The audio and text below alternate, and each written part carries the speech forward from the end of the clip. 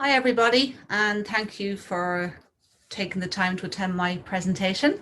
My name is Michelle Coe and I'm currently completing a research master's with Limerick IT here in Ireland.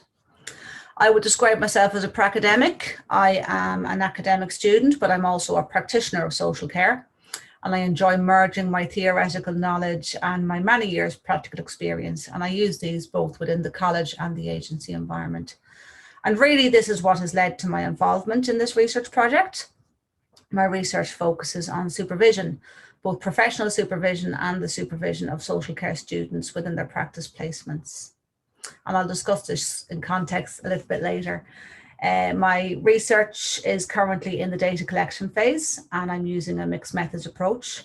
And of course, this was delayed due to COVID-19. As well as the academic institution being affected, I am first and foremost a social care practitioner. And so I've been working in a frontline capacity since March 2020. And so the progress of my research was impacted as the priority within all human services was to keep the people that we support safe. And the research participants that were required for this project, I felt they couldn't really be expected to have the time to commit to being involved. However, by February of this year, I was able to get back on track, and what I present to you today are the perspectives and the findings so far and how the research is evolving and taking shape as it moves forward. So I'm going to give you some context based on what I found in the literature review. Historically, in Ireland, social care work was described as being a socially undervalued role, considered to be a caring or vocational type of work. It was carried out relatively informally, predominantly by more mature women without any formal training or education, and it's an area that tended to be overseen by religious institutions. Hodgins and Kelleher argue that this group of workers were considerably marginalised, both within society and within the healthcare system itself. Both formal and informal social care workers were found to generally have a low educational status, and this fact had implications for the professional status of social care work. So for some time now, there's been a drive to professionalise social care work, and professionalisation has been called the Holy Grail. And whilst considerable progress has been made in this area, it's really only in recent years that it's begun to show momentum. The need for professionally trained staff was identified by Kennedy and Gallagher in 1997, and this followed serious deficiencies in practice that were found following multiple scandals in childcare. And it led to the requirement for social care workers to be formally educated, and this is quite unique to Ireland. We have the Health and Social Care Professionals Act of 2005 and the Health Act of 2008, and these were considered to launch social care provision in Ireland along what was described as a trajectory of professionalism.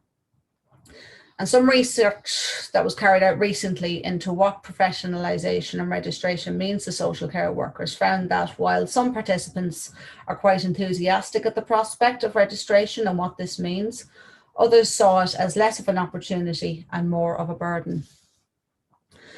So Ireland now has two main regulators overseeing the professionalisation of human services. And we have HICWA, who strive for high quality and safe services in human services for people with disabilities, older people and children.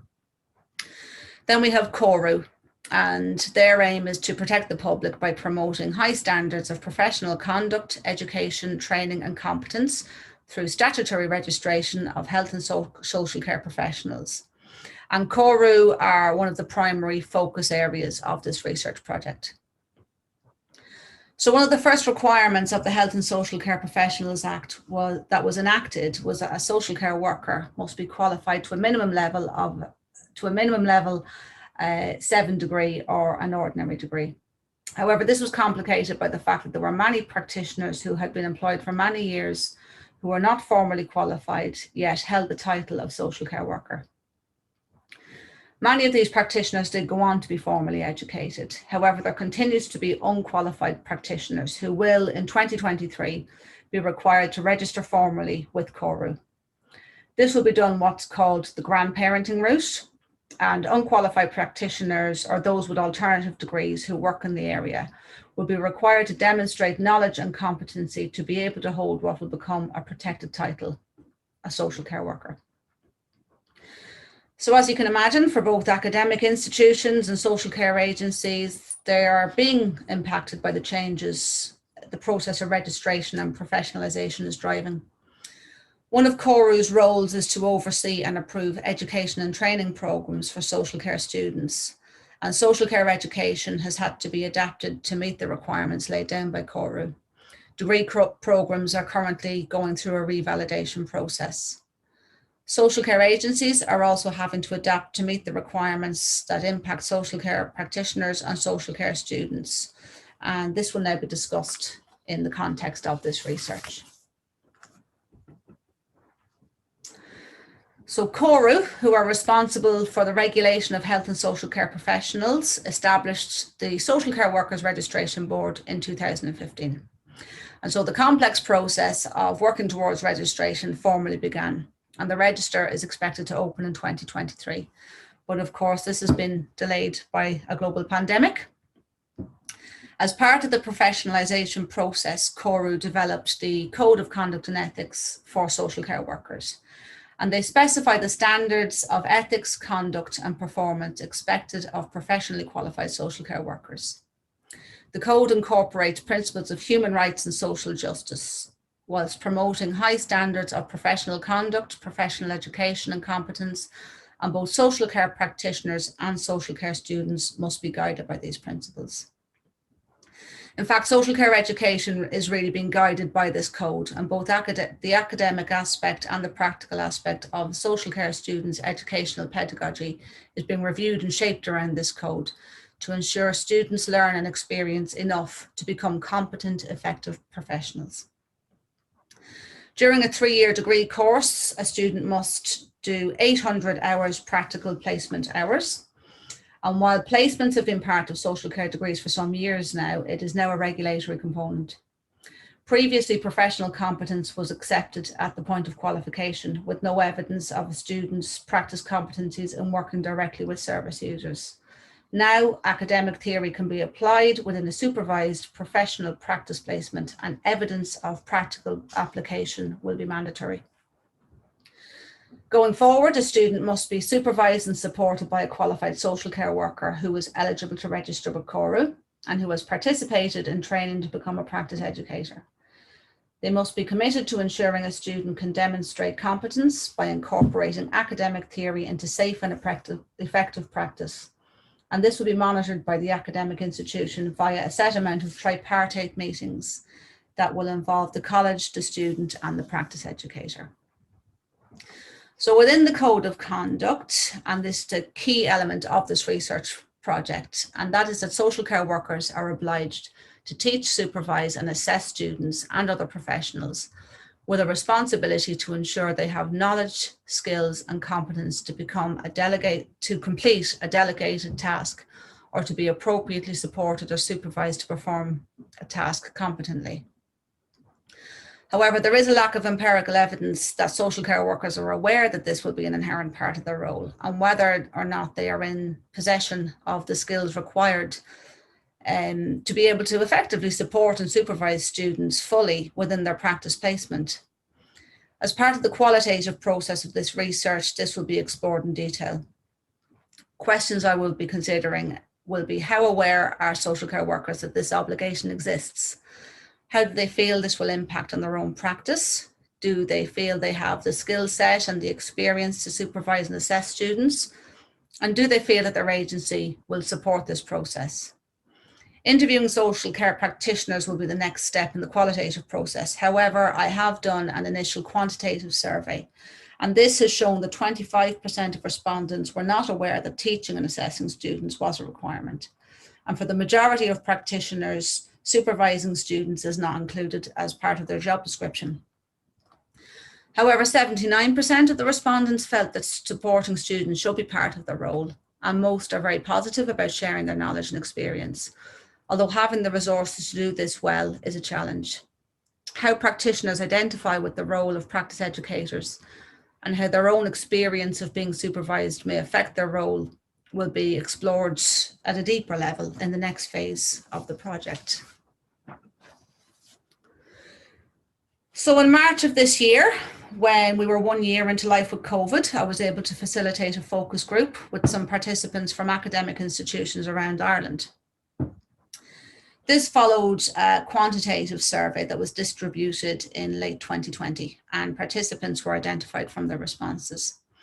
It was a relatively small scale survey, as there are only a limited amount of colleges to survey.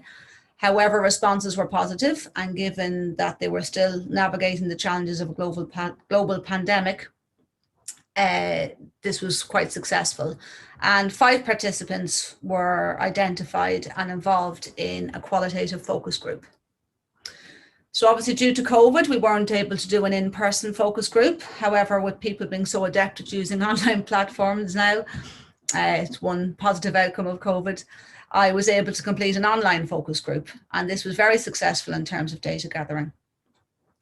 The focus group discussed topics based around the evolution of the degree programs that the colleges are currently revalidating, and how the changes that CORU have introduced have affected the institutions themselves, how they've affected social care students, and how they've affected the social care agencies that the colleges collaborate with. We also touched on the impact of COVID-19 and how this has affected progress. So very broadly speaking, an overview of some of the findings were that from mid-2018, which was pre-COVID, that was when the academics institutions started to provide information for social care agencies as to how education was changing and how this would impact student placements and the agencies themselves. So initially, uptake in agency participation was quite slow, but it seemed to gain traction over the following 18 months. Some of the participants described this as quite labour intensive. There was a lot of time given to developing information dissemination, really having to encourage agency participation and visiting sites for potential placements. The ITs also found themselves having to offer information on behalf of CORU, with the agencies using them for information rather than going to source.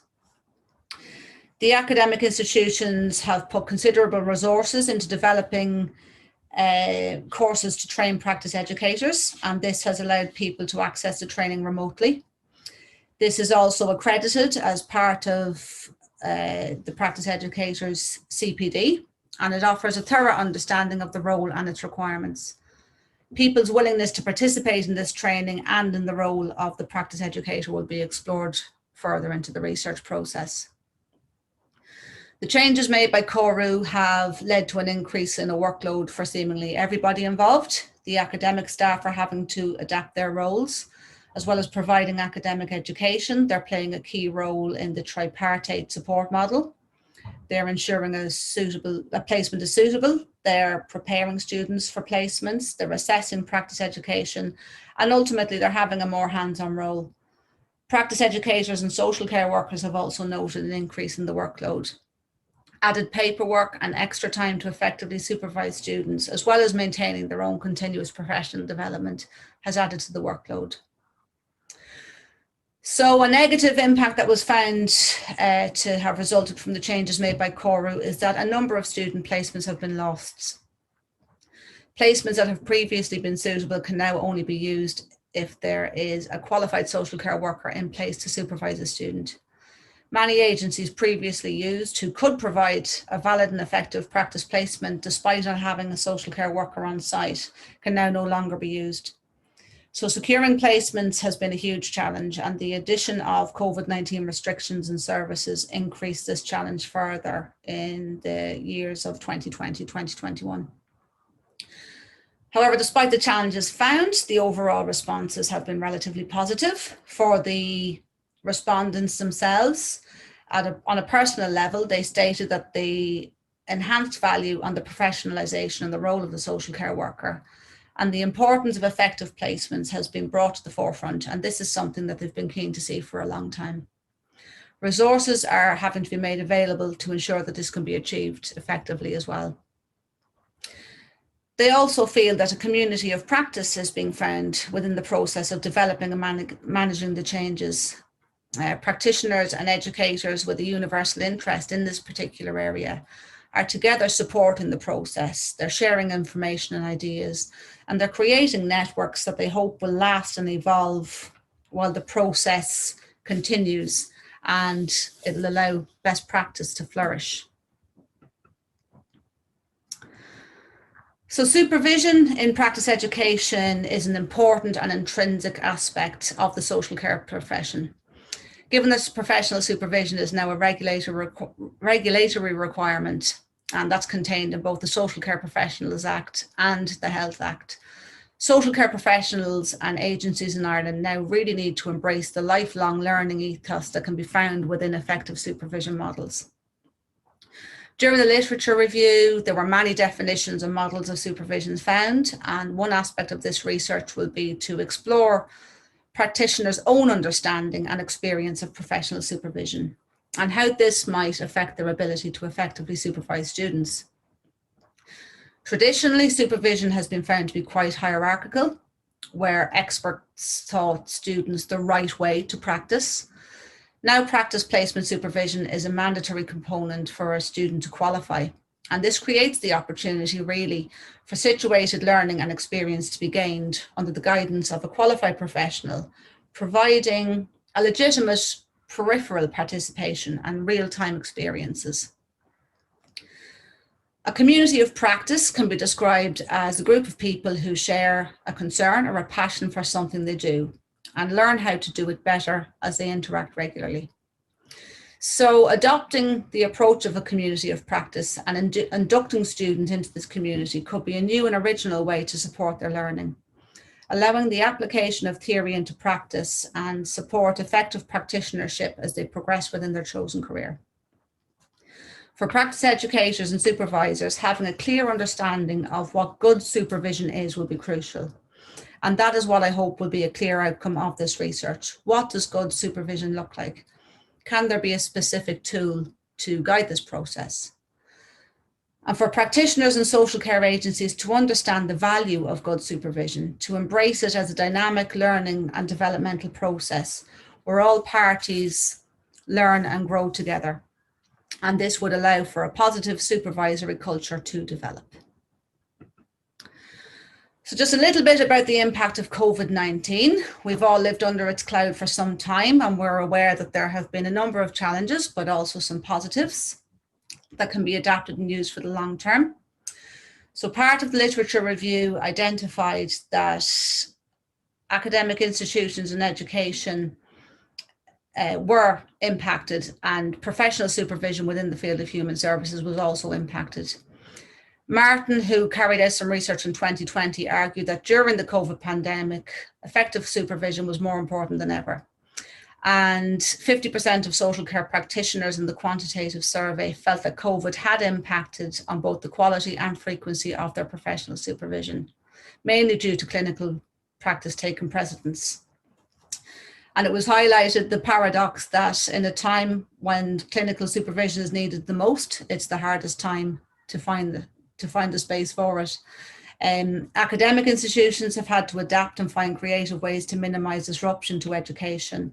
And whilst this presented huge obstacles, it has also been found that it presented great opportunities for change. Securing practice placements for students has been a particular challenge for academic institutions. In a year where so many placements were already lost due to the changes in core requirements, human services have struggled to be able to commit to meet the needs of students. Virtual placements have been an option, both nationally and internationally. However, there's yet very little evidence to support the process and to show any evidence of its success. Practitioners in the quantitative survey had mixed experiences of remote supervision. And whilst it may have served a purpose in the short term, can it be a long-term option? This aspect will be explored a little bit further in the research. So going forward, social care practice and education has gone through rapid change, yet it is an area that lacks research, particularly in relation to education and the student experience. So the next phase of this research will be to continue with data collection interviewing practice educators and placement supervisors and social care practitioners to try and gain an understanding of the experience and culture around professionalisation, practice and supervision, and how students are supported.